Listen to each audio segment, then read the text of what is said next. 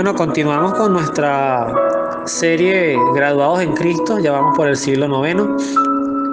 Posiblemente ya para este año pues culminemos esta serie, no sabríamos todavía decir qué fecha porque faltan pues 11 siglos aproximadamente por cubrir. Pero bueno, como ya les hemos explicado, no es nuestra intención hablar de todos los santos que tiene la iglesia, sino tomar algunas representaciones de cada siglo para primero ver cómo Dios a lo largo de la era cristiana, pues a través de mujeres y hombres, ha manifestado su presencia, su acompañamiento y sobre todo nos ha dado modelos de fidelidad a la hora de defender la verdad cristiana. Este tema que nos inspira la vida de San Perfecto me permite recordar un taller que hace ya unos cuantos años tuve la oportunidad de montar y dar, que se llama de hecho Tres Credos, una Verdad.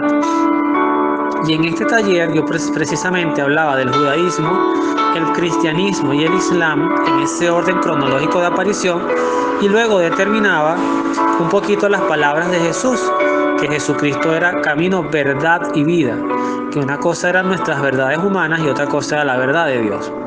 Y que sí me parecía un error muy propio de nuestro tiempo, en esa permítanme la expresión, en ese ingenuo deseo de agarrar a todas las religiones y abrazarnos y todos somos hijos del mismo Dios. Decir que el Dios musulmán era el mismo Dios cristiano, o que el Dios inclusive judío, a pesar de que nuestra fe es judeo-cristiana, que el Dios judío era el mismo Dios cristiano, porque no lo son.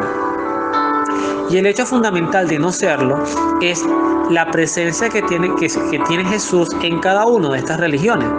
Por ejemplo, para el judaísmo, y así lo determinó el concilio de Yavnia, por citar un ejemplo de fe judía hablando de Cristo, ahí se determinó no solamente que Cristo era un hereje, sino que era un bastardo, porque era un hijo ilegítimo de José. En el Islam, Jesucristo es un profeta, o Jesús es un profeta, pero no es un profeta que está por encima de Mahoma, y mucho menos es Dios. Si en el concepto de Dios, para ti y para mí, no está incluido Cristo, no estamos hablando del mismo Dios. Si para mí Cristo es Dios, y en otras religiones Cristo no es Dios, no podemos estar hablando de un mismo Dios. Claro, me llama la atención cómo Perfecto, cuando va a expresarse de Mahoma, lo hace con unos adjetivos bien duros. Porque una cosa es que yo no crea en Mahoma como profeta de Dios, y otra cosa es que lo llame hombre del demonio, hechicero, adúltero, engañador y hasta lo maldiga. Pero les voy a traer una reflexión que quizás el haber leído esto para mí hoy y ser un aprendizaje para mí refuerza una teoría que yo siempre he tenido con respecto al Islam, respetando mucho a sus fieles. Me centro en la doctrina. San Pablo, en su carta a los Gálatas, si no me equivoco, en el capítulo 2, él habla de que no hay otro evangelio. Y cuando se habla de evangelio, no se está hablando de Lucas, Marcos, Mateo, Juan solamente. Se está hablando de una buena nueva, de un mensaje de salvación como el que tiene Jesús en los evangelios. San Pablo decía que no había otro evangelio, y que así fuese, y esta parte es importante destacar, que así fuese el mismo ángel de Dios, o un mismo ángel, él no dice de Dios, que trajera una doctrina diferente, sea anatema con él. La palabra anatema es como una suerte de maldición, de repudio, porque es una blasfemia o una herejía. Cuando yo daba el taller que les comentaba, yo un poquito volví a la reseña de cómo surge el Islam. No soy tan preciso con las fechas, pero sé que fue en los años 600, creo que fue el 630 o 613, pero fue en el siglo VII, cuando dicen que Mahoma, que en realidad su nombre es Muhammad, estaba en una gruta, y estando en una gruta encerrado allí, él recibe una voz, escucha una voz que decía Corán, y la palabra Corán significa recita.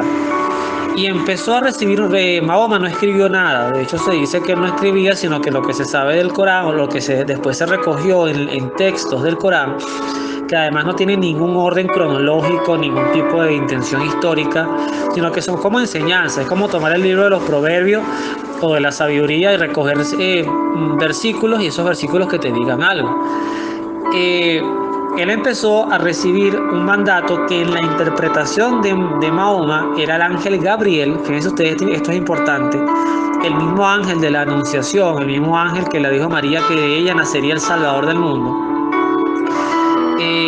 Él toma el nombre de Gabriel para decir que él había recibido un mensaje en donde ya la Biblia católica no tenía ningún peso, y ahora la verdad estaba en el Corán, en el Islam.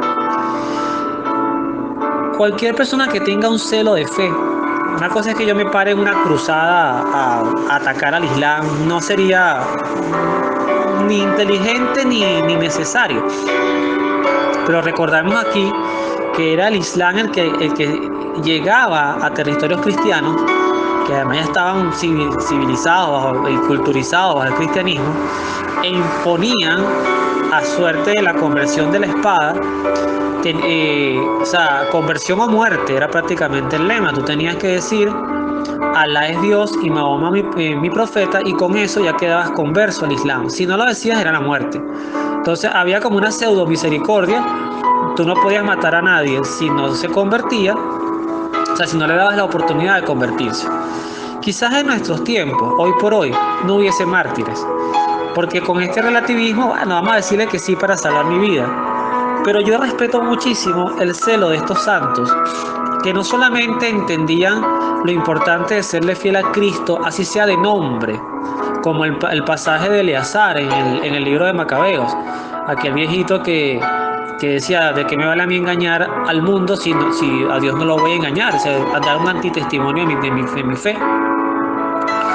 Eso deja un poquito ver el aspecto de la fidelidad, sí, pero también el aspecto apologético o de defensa de la fe, cuando efectivamente, si yo tomo las palabras de San Pablo, de que sea anatema cualquier mensaje que no incluya a Cristo como Salvador, pues no está de más pensar, y lo dejo ahí en la mesa, de que este tipo de denominaciones de fe tengan muchos componentes cismáticos o sincréticos o de confusión para el creyente.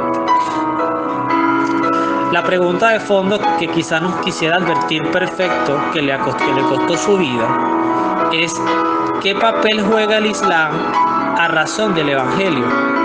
Porque Cristo dijo que muchas personas vendrían en su nombre a decir que eran profetas, pero no lo eran, y nos decían: no hagan caso a esto.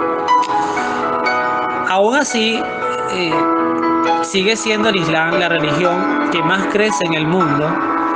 Aún así, como lo escribí en estos días en un artículo, que además es una proyección que hizo CNN en el año 2017, se piensa que la población mundial, creo que para el año 2030, va a aumentar en un 30%, es decir, que puede llegar a más de 9.000 millones de habitantes, pero se cree que el Islam va a crecer en un 70%.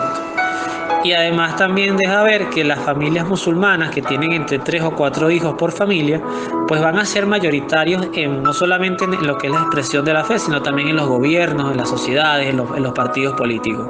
Porque ellos son muy fieles a de hecho creen mucho no sé si el término es teocracia, pero aquellos que gobiernan desde una religión.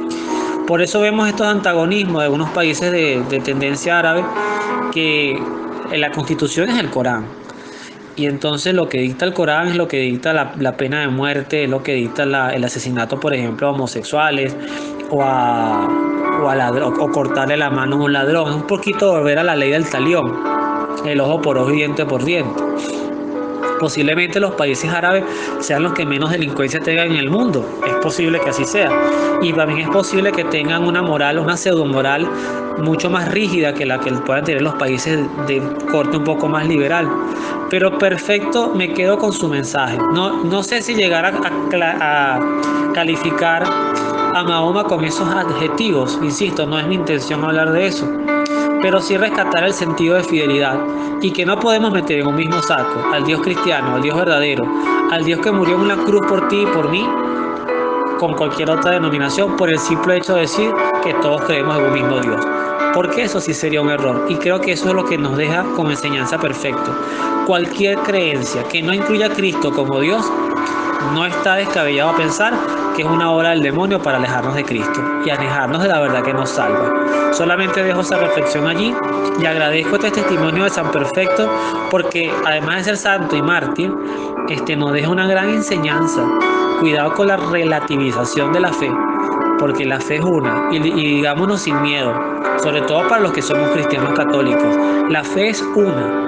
Y Cristo es la salvación, es el único camino de salvación, con una misericordia amplia, con un amor infinito, pero que requiere lo que dice en el Evangelio de San Juan, en el capítulo 3, el que lo acepte a Él, acepta al Padre que lo envió, pero el que lo rechaza ya se condenó. Así que cuidado con eso. Que Dios los bendiga, nos vemos en la oración.